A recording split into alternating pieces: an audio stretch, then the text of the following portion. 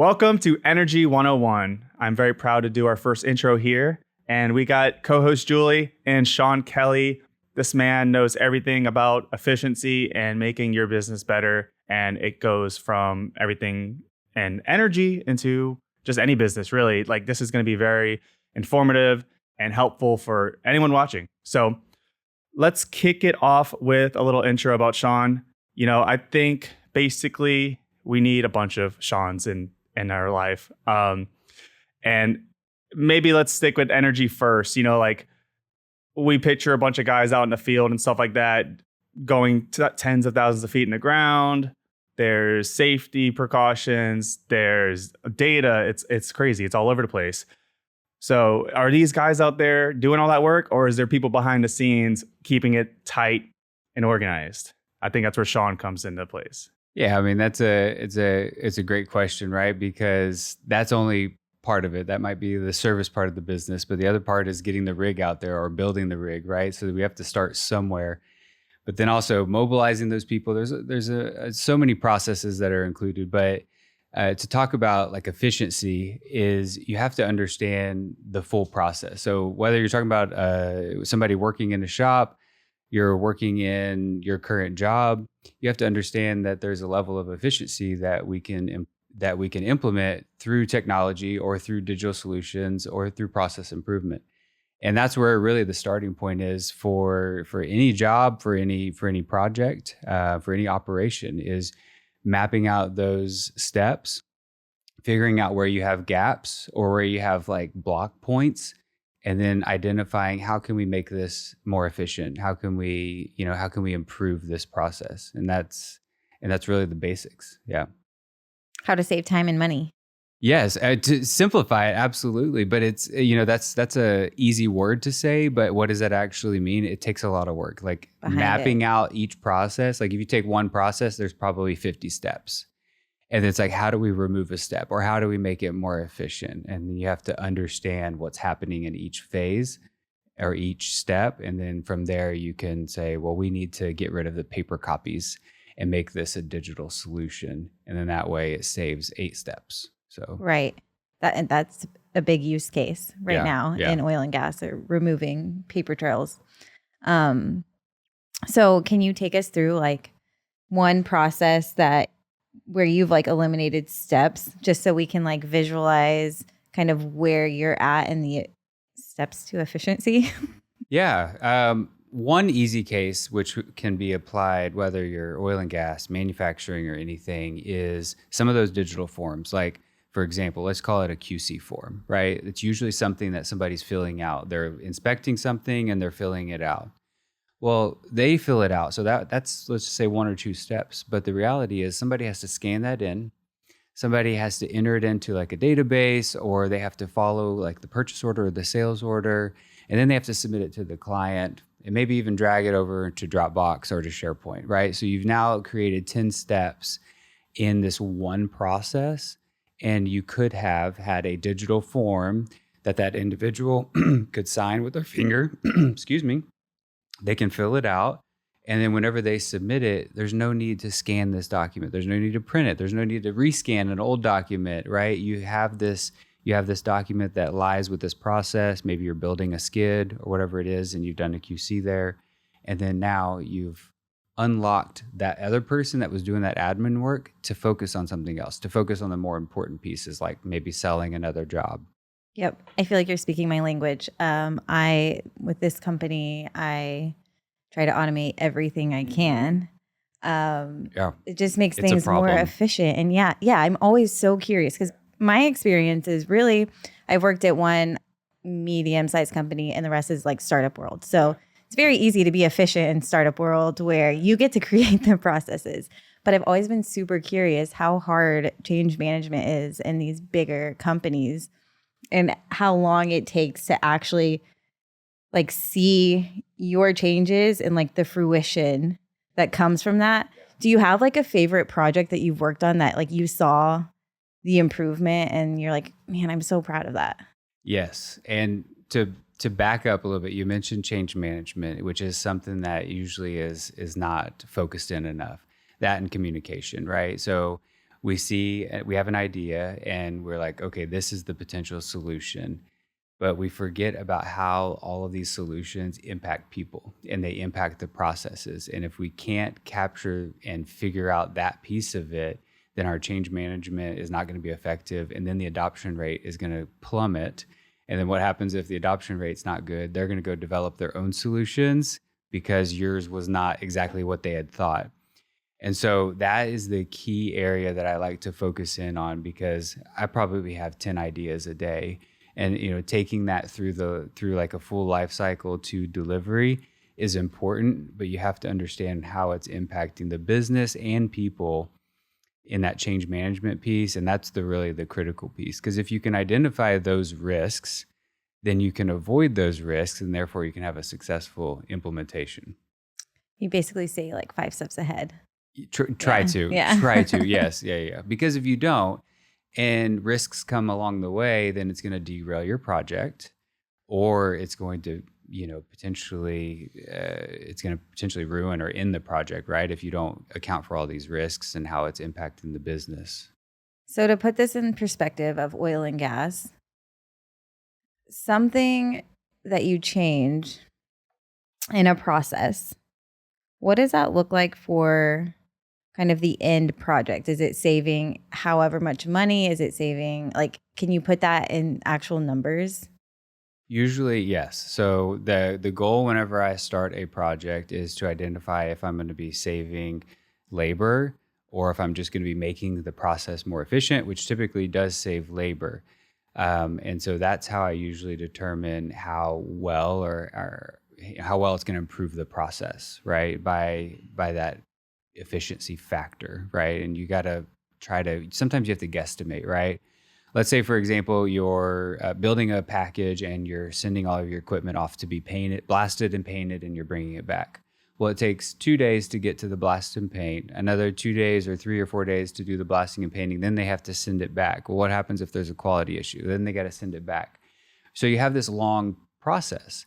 So if you bring your blasting and painting in-house, like let's say you have a big enough yard that you could do it in-house, you now have control over that process and you're not wasting time. So yes, the capital to build that big project was $2 million, but if you look at the cost for the logistics and for the third-party supplier to do all that work, and then to bring it back, so there's every case is a little bit different, but you should be able to document and try to show those levels of efficiency. Right. To simplify it, I mean, it's like if you want to create a clothing brand, the first step or go-to step would be go to China or somewhere with cheap labor, but then you're dealing with sending samples back and forth, waiting, creating just one product can take half a year.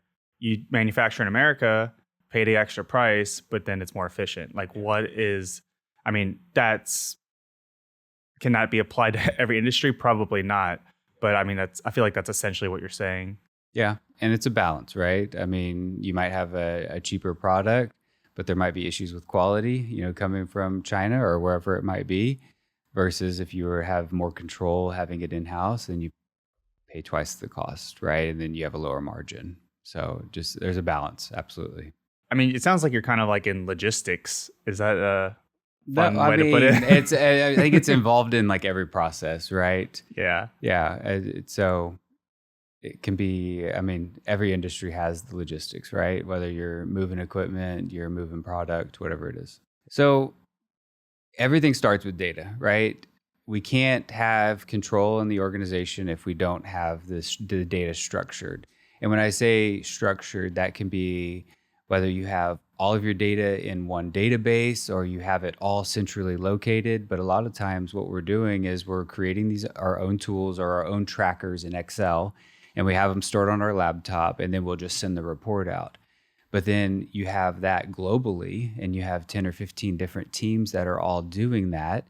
They might try to use Power BI or they'll use some other centrally located systems. But when you're talking about data for projects related or whether it's field data as well, it's the same scenario. You have this data set and you have to be able to do something with it. You have to be able to manage the business, because if you don't know what your data is telling you, then you can't control it, and then risks pop up, and then, potential failures, whatever it might be. So one of the things that I'm currently working on is trying to centralize all of our data from a project controls perspective. So for all of our capital projects, like HSE data, our productivity data, you name it, and then bringing that all together, and then having the ability now to be able to develop KPIs and dashboards, but now you have control over your data. So now you're able to drive performance. So it's a balance, right? It's because trying to get everyone's data in one location is probably near impossible. You have to look at some of the core processes of, like, maybe it's your P&L, right? Or something like that, where it's got a lot of information in it. If we don't know how to drive the business from what you're seeing from the data, then you have to bring the data together. So I bounced forward and back on your conversation, but yes, data is the key to every step. Like, if you don't have your data correct, then you can't make the right decision for the business. I noticed there's kind of a paradox when we're talking about all this, including efficiency, that, the solution to a lot of it seems to be like the fewer steps, the better. But you kind of get into a situation, I guess the best way to compare it is like the iPhone and like the current trend of like the right to, repair? Like there's like this issue where like you don't have to worry about anything. You don't have to take out your battery anymore. You don't have to do this. Everything is in one piece, and all you got to do is, here you go, and everything's solved. But obviously there's issues. The thing breaks, whatever. You can't fix the thing at home. You have to go to someone to do all that, and then that one-step solution turns back into 20 steps. Yeah. So does that sound like kind of comparable to like what you do? No, yes. So that's where you identify points of failure. So like if you're deploying a solution or a technology, or maybe you're digitizing an Excel spreadsheet, you have to also identify, like, if you put this rigid process around that data set, and they have to follow this in order to do this, but then there's a separate scenario that is different than every one of them, but that individual can't proceed forward with that technology because of some issue. Maybe it's not referencing the right product, or it's not referencing a right drop down. Then like that's a point of failure. And so to answer your question, absolutely, because if that's a point of failure, they're going to stop that process, go back to their old ways, and then they're going to, produce the report or whatever it is that they're working on. So that's a lot of, whenever you're deploying technology, you have to identify those risks and remove those roadblocks. There's usually a way around it, but if you don't identify it and you go live with something, the first day they use it, they're like, this is not usable, this is crap. Like, oh, well, we just spent $1 million on a really awesome solution and everybody thinks it's crap. Yeah. So that brings me to a question. Whenever you're getting ready to work on a project, do you have like your kind of pre-project research where you kind of go in the role of every single person, like actually work with a person and say, what do you do here? What do you do here? And you really like map it out that granular? Yes, absolutely. A lot of times that's also for visibility, so that you understand what each role does, because a lot of times they're working on multiple different projects, or they're working in multiple different functions. And so understanding what each role does, so that whenever it's being developed correctly to their business. And sometimes there is, whenever you're doing that, you're going to say, okay, do we want to proceed this way, or do we want to optimize this process? Because we notice that there's multiple steps that we could really consolidate. And so maybe it's like contract management. Instead of us typing up a long contract, sending it through email for 8 different approvals, why don't we digitize this step and create a workflow? And now somebody just clicks a button, now it stores into a database. So like that's a simple use case in order to really improve, because every oil and gas business has a contract, right? So that's what I like to do, is to identify those risks, and try to vet out those processes before we before we start to develop the project. Right. Yeah. I mean, I'm sure it's very robust too, like touches multiple different people and departments, and each of them have their own list of what they do. Yeah. So that helps me rethink my stupid iPhone analogy where what I'm basically trying to say is that it's best to reduce risk and it's best to mistake proof things, right? Yes. So I worked remotely here for like 5 years and we had a studio like this, right? So it's like, how do I have some person who works here in sales walk into this room, hit a button and walk out, know that everything's going to be on, everything's going to record. And, you know, and we've have episodes where the lights are off or one of the cameras is pointed at a wall, you know, like, and I mean, basically that's, you pretty much summed that up better for me. So I appreciate that.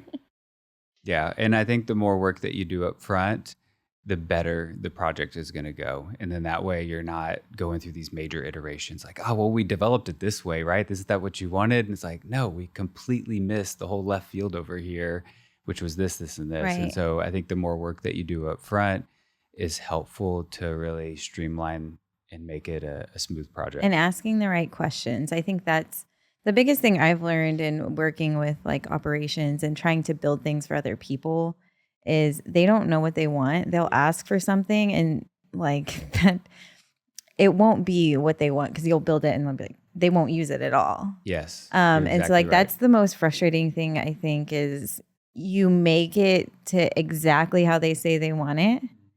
And if you haven't done that pre-planning to truly understand their process and how it works, you're just wasting your time.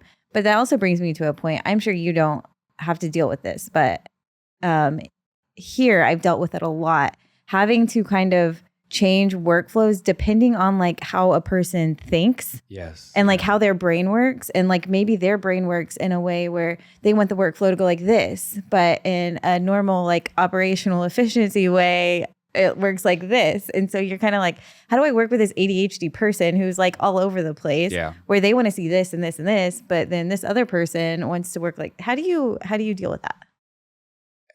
You don't. Well, yeah. You make them follow. Yes, you do. You're like, okay, this is how we're going to do this process. Yeah. And they kind of have to conform. So, and that might be, you know, for roles that maybe they own a lot of all the processes. So they're used to doing from cradle to grave. They do all the processes. And then this new system or this new tool is now going to change their workflow, which is, oh, you need a level of approval here and here. And they're what? That's not how I do it. That's not how my business operates. But it's needed, right? It's needed for visibility. It's needed for control. And so you're breaking their processes to add more processes, but it's helping the business as a whole. So there's a balance. Right. So you keep the business goals in mind and you tell that person to get in line.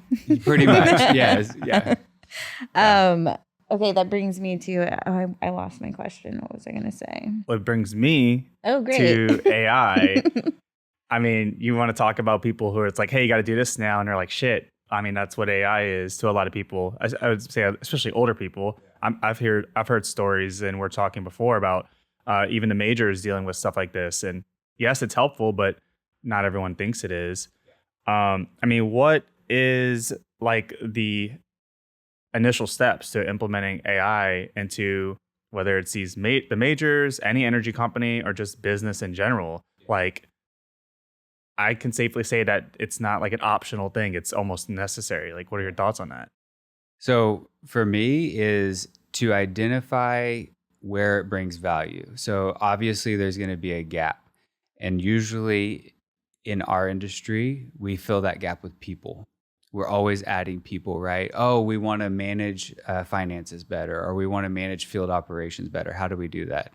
We need to add a project accountant, or we need to add a field service manager, whatever, you know, we always like to fill it, but I like to take a different approach, right? I'm like, what is the actual goal here? Is the goal to understand our data and to be able to make decisions of what our data is really trying to tell us? And then that's a simple use case for an AI solution, because it can now say, this is what your data is telling you. This is what you delivered last year or even in the past month based upon these benchmarks. And here's some anomalies, or here's some areas of concern. And, so it's highlighting, it's giving you, it's like an analyst that's always working for you. But you have to turn it on, right? You have to ask it questions. You have to know what questions to ask. And of course, it can produce a report. It can highlight things in red and do things like that. But a simple use case is connecting your databases together. So let's take, for example, for a PMO, a project management office. Usually most businesses have those. You have a lot of systems in place, right? But all of these systems have a single purpose. So they're built in a silo. And you're not able to leverage the data across different disciplines, and the data is not speaking together. So you have disconnected data in silos, and then therefore you're making a decision based upon one technology. And sometimes that's not the full picture. Well, it's not sometimes, it's always not the full picture, right? So let's say, for example, you have lessons learned. You have a lessons learned database, and you want to go and look at, I want to see lessons learned for that technology. But then you have to go back and look at, well, what changes were actually implemented on that project? So management of change. So, what was the impact on those lessons learned potentially that they documented?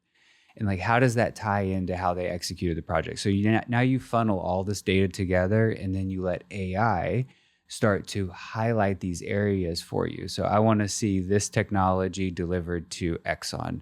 And then from there, it can show you all of your information, and it helps you to build a better risk process as well for that project, so you can avoid those risks, because we don't want to repeat history, right? Our goal is to be more efficient or to improve our margins. So that's a simple use case for AI, is it can connect your databases together without building a big enterprise type solution, which a lot of times is what we sometimes need. But AI is kind of now coming in at a little bit more palatable approach, right? It's not foolproof, I mean, I think from the industry perspective, a lot of businesses are still putting the Q&A type open AI into their internal system, but people aren't really using it in their business because they're like, what question am I going to ask it? I mean, I can just do it on my phone, right? And so it's really not bringing a ton of value there. But if you start to look at isolated use cases for the business, that's where it starts to bring value. But we have to still teach people that, like, if you ask it this question, it's going to give you this output. And now that's going to drive a data-driven decision versus, a hopeful decision, Yeah. One of the coolest tools I've discovered recently is called Ren AI. Have you heard of it? No. It's really cool. You connect your databases to it, and you can basically ask it a question, and it'll write your SQL query for you. Yeah. And then it answers it. But what's cool, because I feel like AI, you can trust it with a lot of things. But with data, especially for me, it's like marketing data, I do not trust the numbers that it spits out. I need to see, and I'm sure a lot of engineers in this space are the same way, where they need to see the proof. So it spits out the SQL query, and it like tells you what it did, and it shows you where in your database, so you can go and like verify. It's really cool for anyone needing a quick solution to connect multiple different databases. It's not quite like always accurate, but at least you can see that. Yeah, this is the worst ad ever. It's not quite accurate, but it's a great solution. That's how you know they're still building. They're still building. Yeah, I mean, you made me think of something like implementing the AI and stuff like that. I mean, there's a difference between like having it standalone and integrated in your actual workflow, like making the people ask questions through it, and it's like they're not even going to use it. Like, what is I think the answer is to use it, standalone and optionally, and not completely just making everyone in your business use a certain method if it's not really 100% like, oh, this is going to help. So like, what's your thoughts on like implementing completely or standalone on AI? It depends on the user, right? I feel like the early adopters, maybe this room right now, of course, we're going to use it, right? It brings value. Whether it's just idea creation, which is huge, right? I mean, in order to say you come up with an idea to maybe it's a posting, right? And you just need some better words, some filler words, whatever. I mean, it's a super simple solution, but it helps us be very efficient, right? To get tasks done very quickly. But I would always go with an integrated system. So let's take, for example, like a QuickBooks. A lot of businesses are using QuickBooks. Smaller businesses might be using QuickBooks.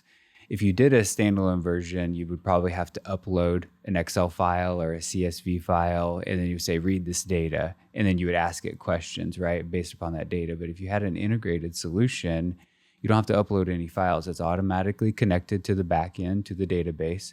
And from there, you can ask questions, what's my inbound shipments today? Or what's my, what's the productivity of X project?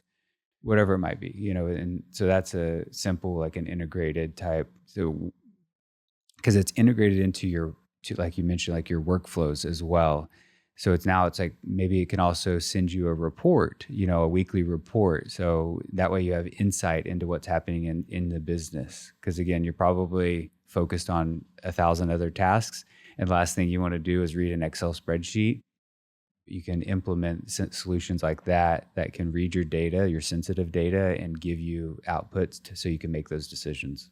Yeah, it's really satisfying when you get the right tools for what's really needed. I mean, and it can be so mundane. Like we got we use Brex and now Ramp. Is that private?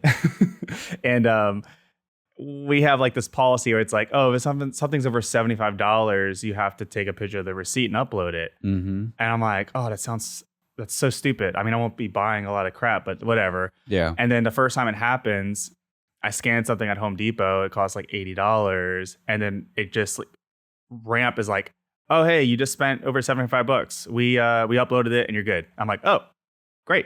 So that's nice. That's cool. A perfect example of something so simple that just makes your life so easier. And that all goes into the company and it's organized data, and like all of that was done by a computer. So that typically would have been like 8 steps. Yeah. To upload a receipt, submit an expense report. Oh, those are the So imagine, so that's like your accountant, your accounting. Imagine if that's done with every other little section of your job in your workforce. Like you got 20 of these tools running at one time, and then how much money and time are you saving? Yeah. However, each tool costs a lot of money. Don't talk about that. Yeah, right. That's my problem is like we use a lot of SaaS tools, and I'm like, okay, I think we could use less, but we're the type of people who like to try new tools a little bit too much, which that's a question for you. How long after a project is delivered do you monitor and iterate and change if necessary? Because I feel like there does become this like change fatigue. Yeah. And how do you deal with that? So I look at it as, let's say you implement a solution, whether it's lessons learned, it's any type of solution that you implement. It can be a new process, it can be a new technology. You have to understand how it's impacting the business, and is it driving change? Is it driving those workflows? Is it driving communication? Is it driving performance?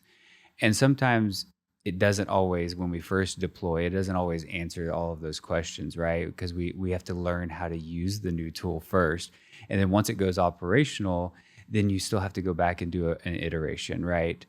I'm going through a few of those right now where it's improving the workflows because we need additional visibility into some of these processes. And it's important. It's an extreme value add. We typically do those like once a year, right?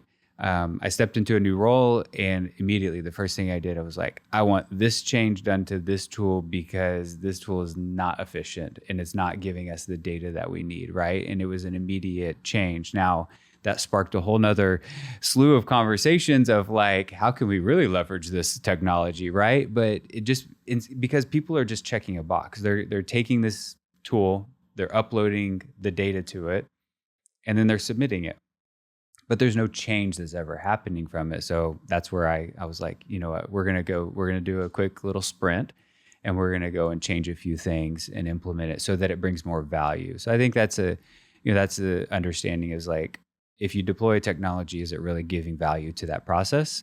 And then you assess there and decide whether we move forward, take a step back, it just depends. Okay. Yeah. I have an off-topic question. It's not really off-topic, but you've mentioned it. How do you measure productivity? Through KPIs. So just the KPIs you create. And then you're like, Yeah. okay, if this is increasing and whatever decreasing, then I know my productivity percentage Yeah. is okay. So, I mean, if you want to keep it to like fabrication, like oil and gas, you're going to look at specifics. Like, let's say it's welding or it's structural steel. You're going to look at tonnage or inch dia for those. And you can determine based upon the number of welders they have on the project and the number of inches that they weld per day if they're on track. And so that's an easy way to measure their productivity, because a lot of times you look at a schedule and the schedule is like, oh, you're 5% behind. That's probably okay. But you're really not understanding what that 5% really is. It's like, well, they took 3 welders off your project and they put them on project B. And we don't know that because we're not there on site, but we're looking at reports. And so, but if you look at the productivity metrics, and it can be applied to other situations, but if you look at those productivity metrics, then you can understand really what's happening. Got it. Yeah. Yeah, that was a much better, simple analogy of basically what we're talking about, I feel like. Yeah.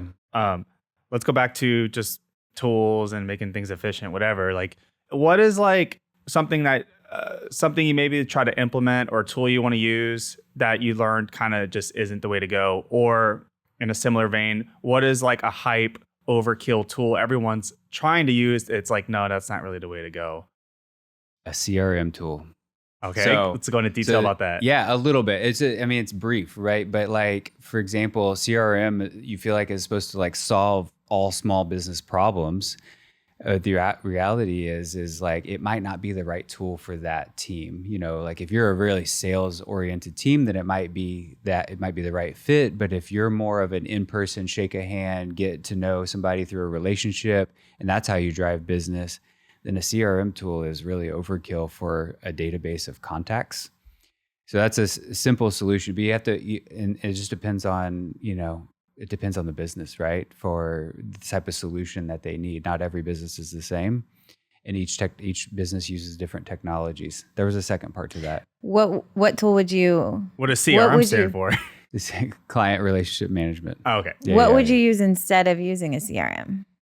You could use a simple Microsoft tool like Microsoft Lists, and it's a simple tool, and it gives you the insight that you need. But again, if you have other technologies that you're trying to connect it with, it just depends. Every situation is a little bit different. We recently went through that where we stopped using our CRM for our sales, and it's all in Notion now. Oh, which yeah. we built our own. It's like our own CRM, so we still have a CRM, but it's just built in a tool we use for other things as well. So it's actually nice because it's putting all of our data in one place, so we can query like Notion AI. And like that's been like my biggest thing in this recently is like, how do we get all our data in one place where we can leverage AI? You can leverage it, absolutely. Yeah. Let's talk about basically something I do in life is, and I know I'm not alone with this, is kind of gamifying life. You can do it with business and stuff like that, right? I mean, even as simple as being like, you work out, you go to the gym, and you kind of like think about it as like leveling up or whatever, right? Like it's dumb, but I know some of y'all watching do the same thing. But I mean, Julie, you can get won today. Yeah. Julie, you can get in on this too. Like, what have we seen in businesses that work that like you give like employees like a way to gamify their work or like reward them, not with like money, but like just in a fun, like cultural way? Like what are some things that actually work that you've seen? Well, I guess recently, I mean, we did use money, but oh, that's a good example. Yeah, recently we did a like social media contest where we're really encouraging our employees to post on social, mostly LinkedIn. So we ran a month-long contest, and whoever got the highest, I think we did highest engagement rate. So poor John actually won. He got the most impressions, but that's fun. He was beat by the person who had the less amount of connections because she got more impressions as it correlates to her connections. Yeah, if John has engagement rate. I honestly, I don't think I agree with that. Was it original content too? Yeah, it was all original content, and we had some rules like hold on. have to post like 4. If John has 11,000 followers and gets 100,000 impressions, and then you have to work hard to get those 11,000 connections, and you're getting more connections with the more valuable content you put out. The person who beat him was 9 years old when he started the LinkedIn profile. She's our intern. But Sean, I mean, maybe with that example, like any kind of way, or just a hypothetical you could think on the spot to like go to any kind of business and be like, if we do something like this can bring up numbers. I mean, we did this and it gets more people on our product to collide. Like it actually works. Like I think a different way to ask this is how do you storytell or communicate to the employees or users that you're trying to get to use the new system or technology? That's a good. What she said. Because I was gonna go like through the healthcare piece of it, where you encourage your employees to work out and to be healthy and go do their doctor's appointments, right? And they get points through their healthcare. So I thought that's the direction that you're going. We actually do that as well. We'll pay for a gym membership for our employees if they go. Was it 4 times a week? No. Not even. Like it was a very low amount. I think like 2 a week. Maybe it's like 8 times. Maybe it's 8 times a month. And if you don't check in 8 times a month, you have to pay for it.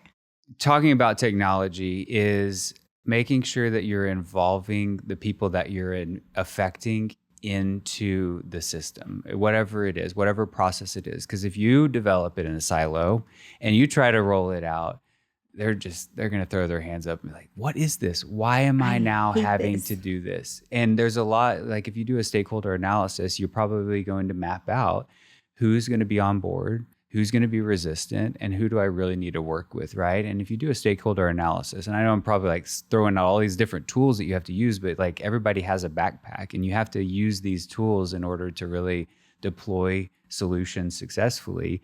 And if you do your stakeholder analysis, you'll identify those people that you really need to engage with. And it might just be a sit down and to like hear out their side of whether you're changing their process or not, but to hear their side of how this might affect them and what their feedback might be. Because for the more senior generation, they might have been doing that same process for the past 30 years. And then young guns come in here and shake it up, right? And they don't like that. But you're doing something good for the business. All they see it is that you're making my job more difficult.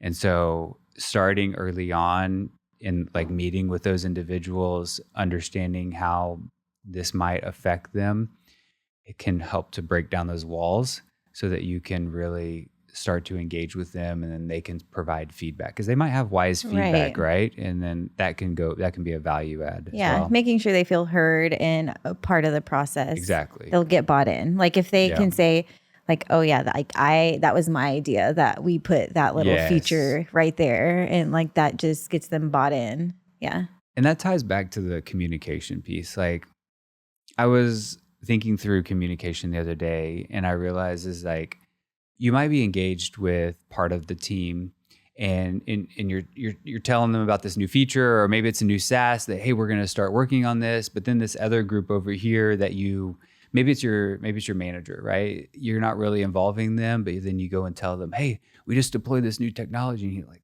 what? It's like, why didn't you tell me? It's like, I would have loved some input there. And so it hit me the other day. I was like, I've been communicating with this silo group for so long. It's like, I forgot about half of these other people over here that really needed to hear what project we're working on so that my stakeholders understood the value that by trying to deploy a technology, what value that's actually going to bring the organization. And so it's an important time, like whenever whether it's process improvement or a new technology, you have to take a second and stop and say, am I communicating correctly? Because we get stuck in the process. Right. Like we got start, finish. We have to finish, we have to finish these jobs, and we kind of forget things along the way. I just watched your LinkedIn video about that. Yeah. It's good. Yeah. So when do you communicate to all the people, and how do you keep that communication streamlined and not like meeting with different people all the time on the status of the project? Like, what does that look like? For me, email communication is the first starting point. That way, let's just say you have a group of like 40 people, and the major contributors are probably going to be 5 or 10 different people. You usually have like a core contributors that are going to help focus and build these solutions. But for these other people, maybe they're located around the world, or maybe they are in the same office, they're just not involved in the project, is communicating to them, because their mind starts to go in interesting places, right? They start to put those walls up, and there's like, okay, well, something cool is happening. They are developing a solution, but how is it going to affect me? And so by demonstrating, even through an email, you can demonstrate the value of what we're trying to accomplish. And even if it's 6 months out, you're showing them, you're kind of waving that shiny object through an email, and you're starting to communicate.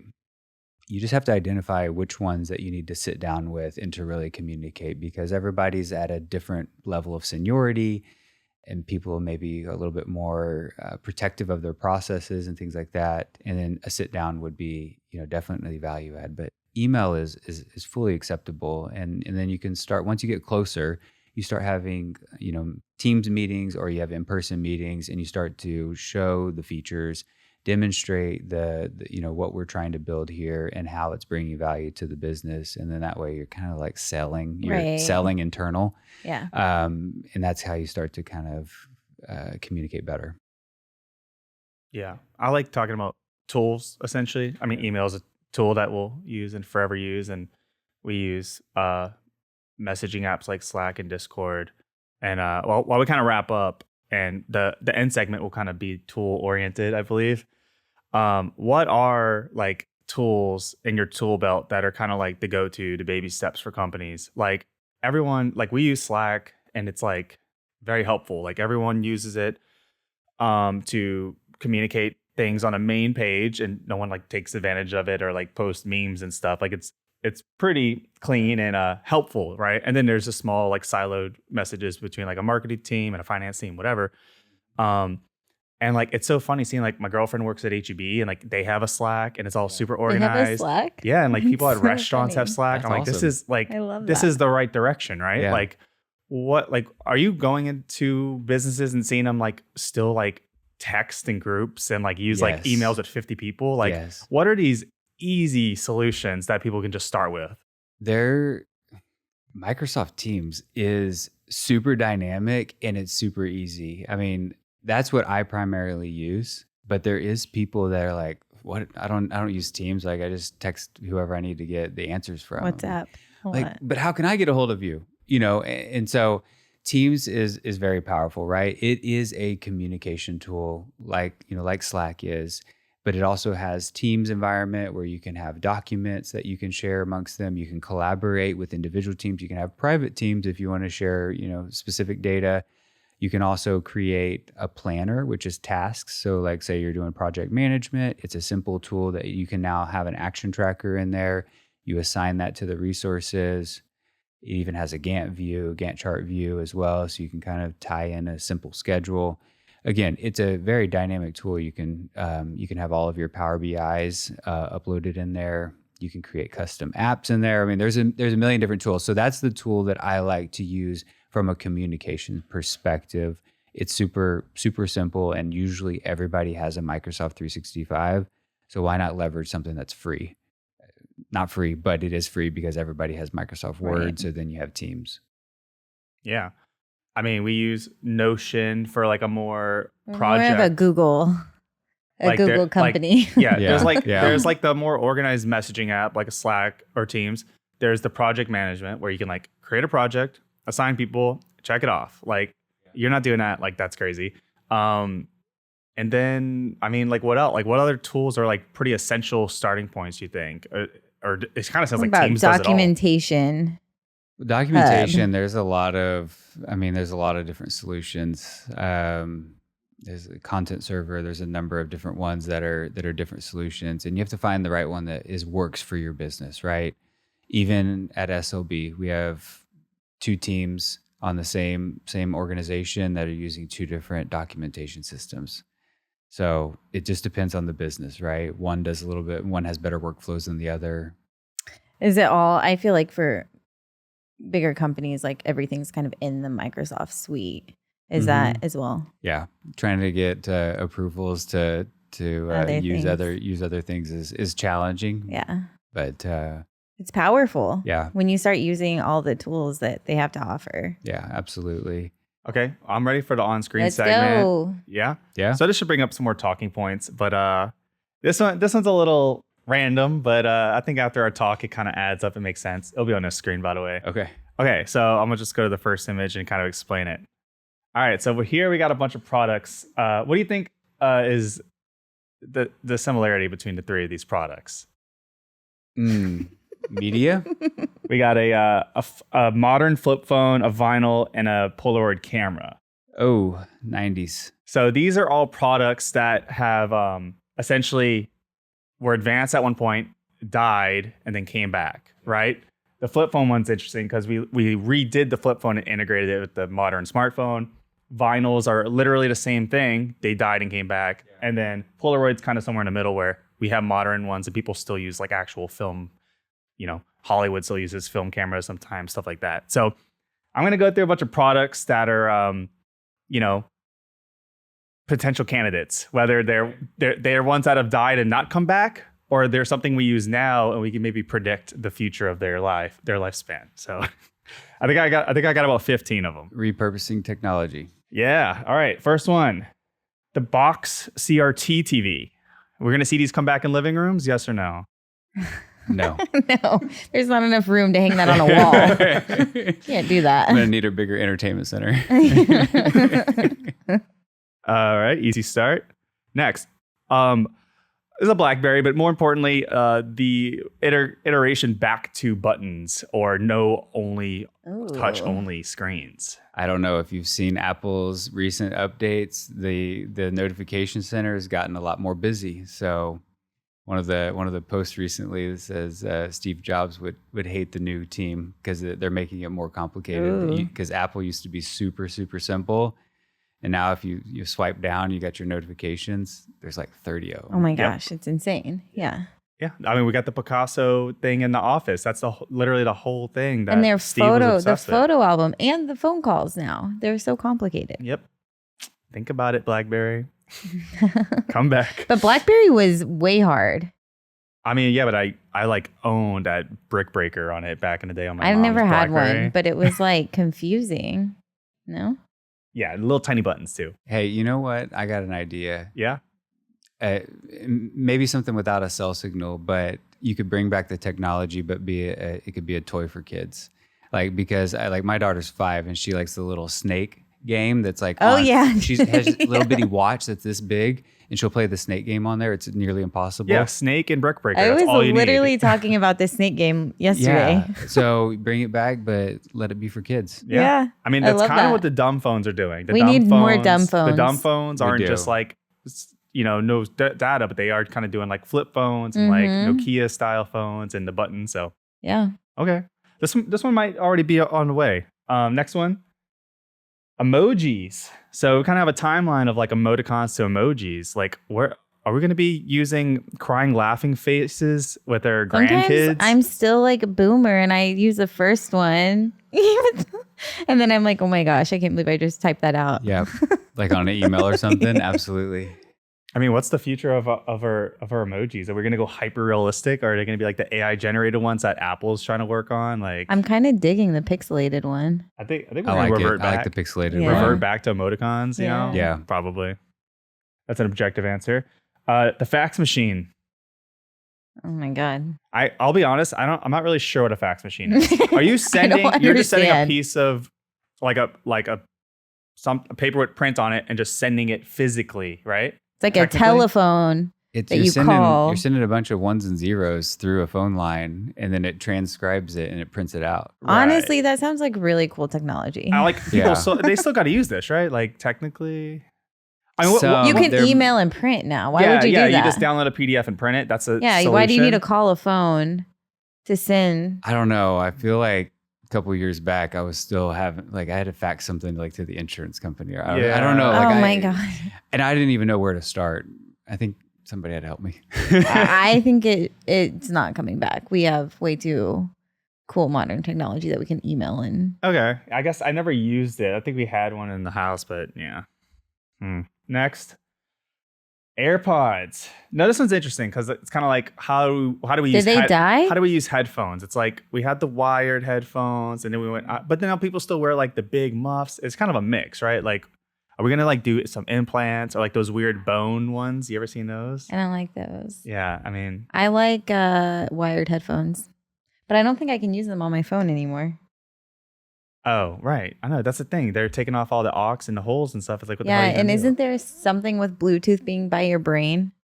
Oh, you're getting a lot of conspiracy theories here. Let's hear it. Now I'm interested. I don't know. Tim and Mac wouldn't wear them. That's all I know. Oh, get into the misinformation section of the video.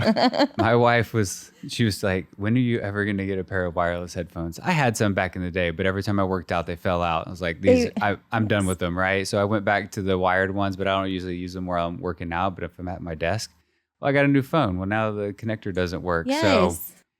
So I need a set. I always plug mine into my computer now. Yes, I do the same thing. That's what because I like wired because mine were always dead. Yep. Or my child stole them and I don't know where they are. But it was reliable. So that's the reason why we still have them. Wired, yeah. Exactly. And the main solution is that the wired's not going away because kids can't wear these because they'll lose one, they'll lose two, they'll lose the case. And Maybe I have real life experience at that. Next, streaming services. Now this one's so funny because everyone was like, Netflix, Hulu. Are you asking if they're going away or coming back? Well, let me do my little spiel. Okay. So it's like there was a few, and everyone's like, okay, great. And then there's 50, and we're like, okay, we're gonna revert back to cable where it's just everyone has their own channel. That's where we are in the timeline. Yeah, there are 50 streaming services. So is that going to expand? Are we going to go back to everyone like buying themselves they've already kind out? of started to bundle. Yeah, the Hulu, Disney, and Max, and right? Someone, yeah, like they did that. So where are we going? All right, here's my strategy. Yeah. Sell it for twice the cost. So like say the cost of 2 platforms and combine all platforms into one solution. And now whenever you go to stream something, you can go search your live channels, whether it's YouTube TV, or you can immediately with maybe a click of the button to the left, you go to Fubo and you're not leaving the application. You're staying inside the application. But of course you got to charge more, right? Because you're trying to consolidate.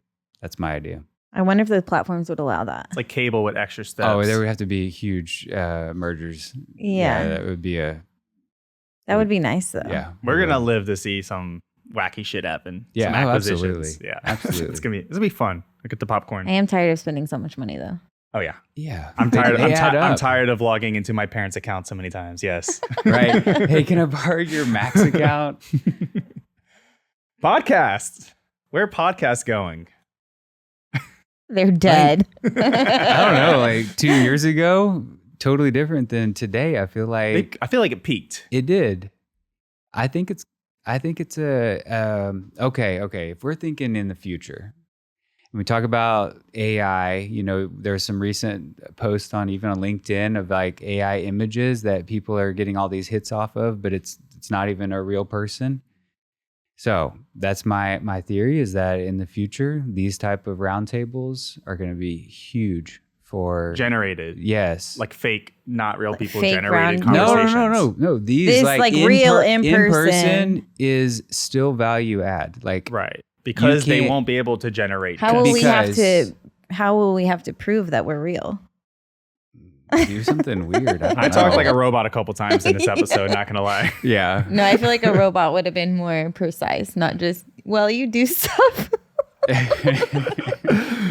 It's like there's kind of like the idea that like podcasts have always been a thing, like the talk shows on radios. It's all kind of the same medium, right? So it's always been going on. I think there was hype, like you said, a couple years ago. I think it's very hard to stay consistent in podcasting, and people are figuring that out. So that's kind of why it's dying down. It's not as easy as people think it is.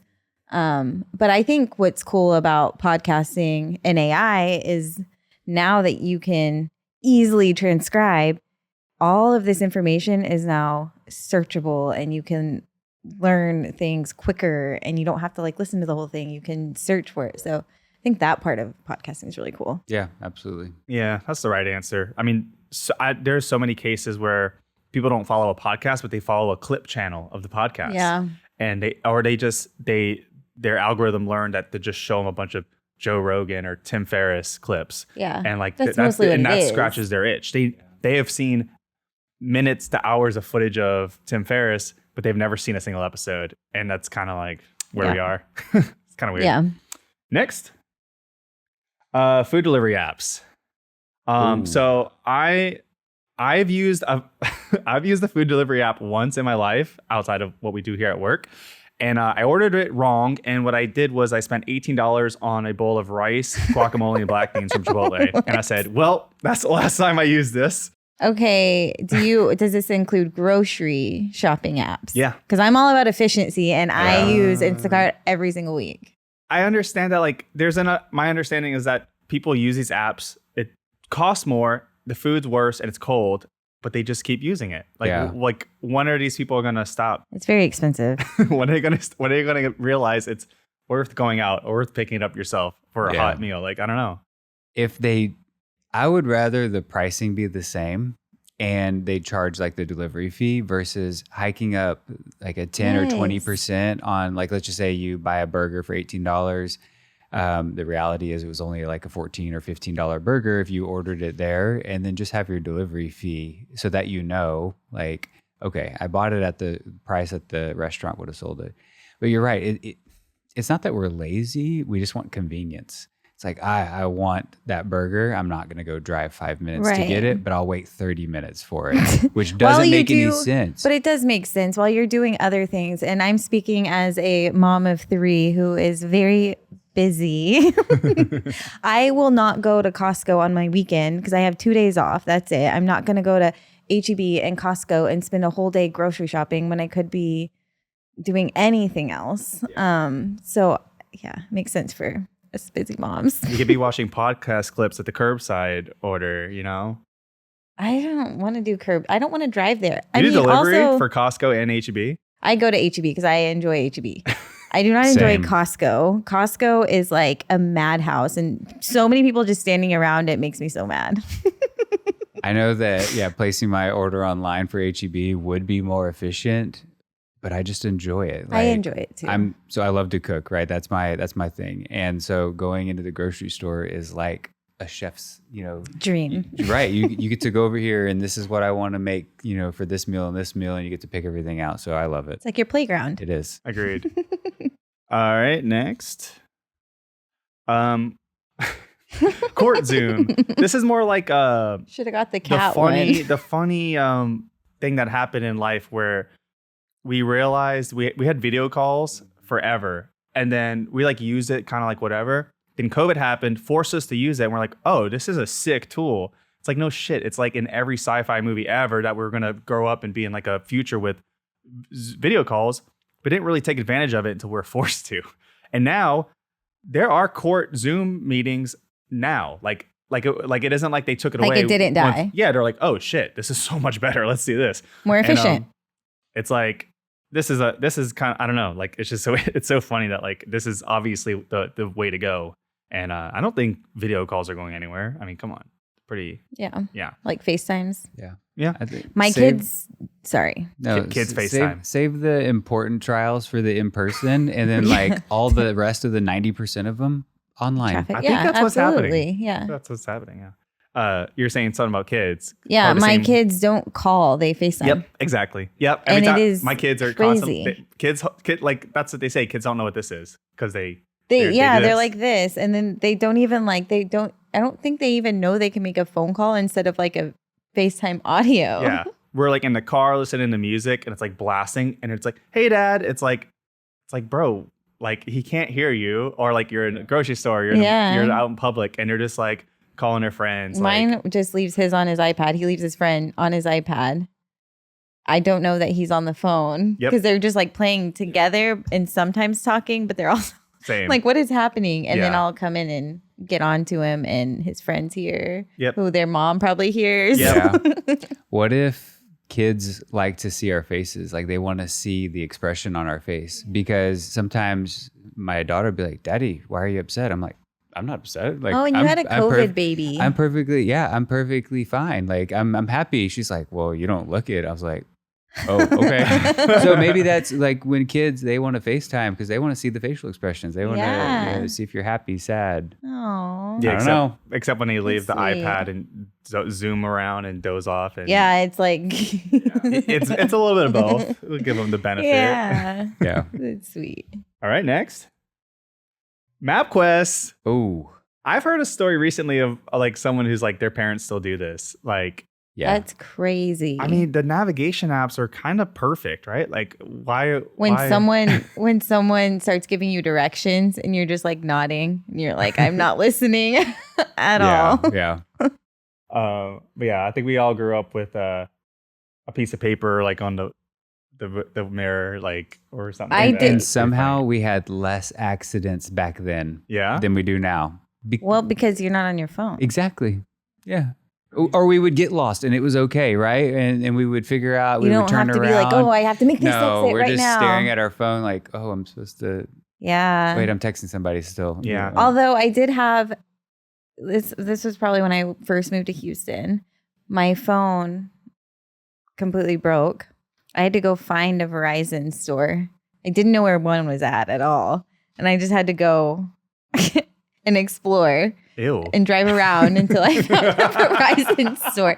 I don't remember why. I think my internet was out or something was where I couldn't even look it up online. Yeah. So it was literally just an adventure. Your life is a Black Mirror episode. Yeah, it really was. Wasn't that the fun part though? Kind of getting lost. Yeah. I mean, like yeah. I still do that now. Like my wife's like, "Aren't you gonna put it in the fastest route?" I'm like, "No." I'm gonna see if my brain can do this. Yeah, it's around the corner. She's like, "You're gonna get lost." That's okay. Yes, exactly. It's beautiful. We don't have to take advantage of the tools we have. We can just YOLO it sometimes. That's right. YOLO. Yeah. YOLO. All right. Next, generative AI.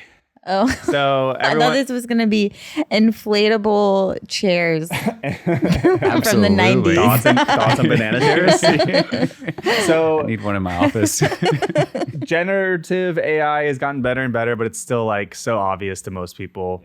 But like, are we actually screwed where it's going to be so good that like all old people are screwed, getting scammed? Yes. Yeah. Yeah. Okay. Good.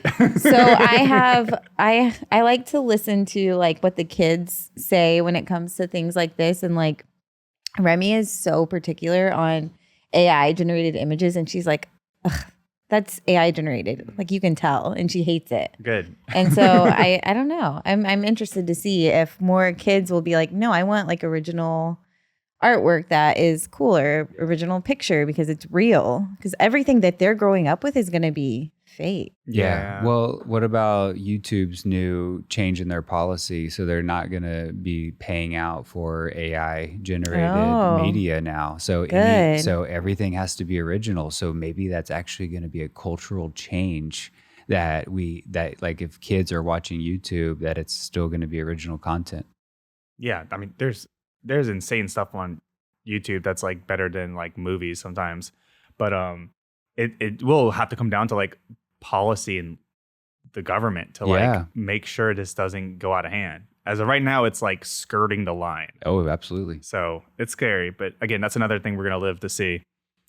But we've gone down this black hole, rabbit hole so many times. So let's not get too dystopian. Peepers. Peepers are kind of cool. They are. They are kind of cool. I think like you don't have to call them back, but you know that someone called you. That's where smartwatches kind of come into place. So, and I've told you this about the Garmin's.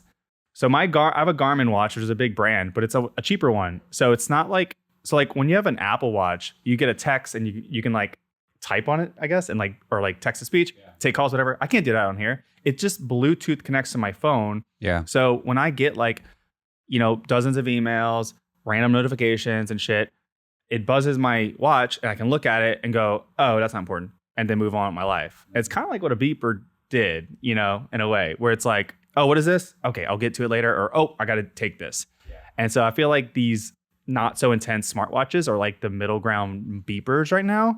And I think people should take advantage of it. Like not make the Apple Watches like literally your phone on your It's exactly on your what it is. wrist. It should be your beeper. It should be like an extension of your phone, not your phone twice. So beeper, the vibes of beepers, I think are currently happening, and if not, maybe kind of coming back. Yeah. I mean, if you look at it from you mentioned, ignoring certain like emails or whatever, ignoring phone calls.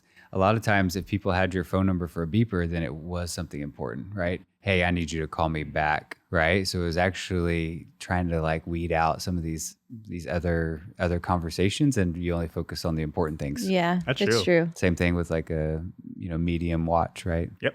Okay, we're getting to the end here. QR codes. Sorry, it's a little misleading. QR codes. Shout out Collide. QR codes. Scan it. QR codes are a lot like what I brought up earlier, where like the Zoom calls, where COVID made everyone realize how fucking cool they are. It's like, oh, well, you don't have to talk to your waiter anymore. Talk to the little box with squiggles on it. Obviously, if you know anything about QR codes, you know that we won't run out of them. I think there's like trillions of variations of them. I mean, we're going to see these boxes until we die, huh?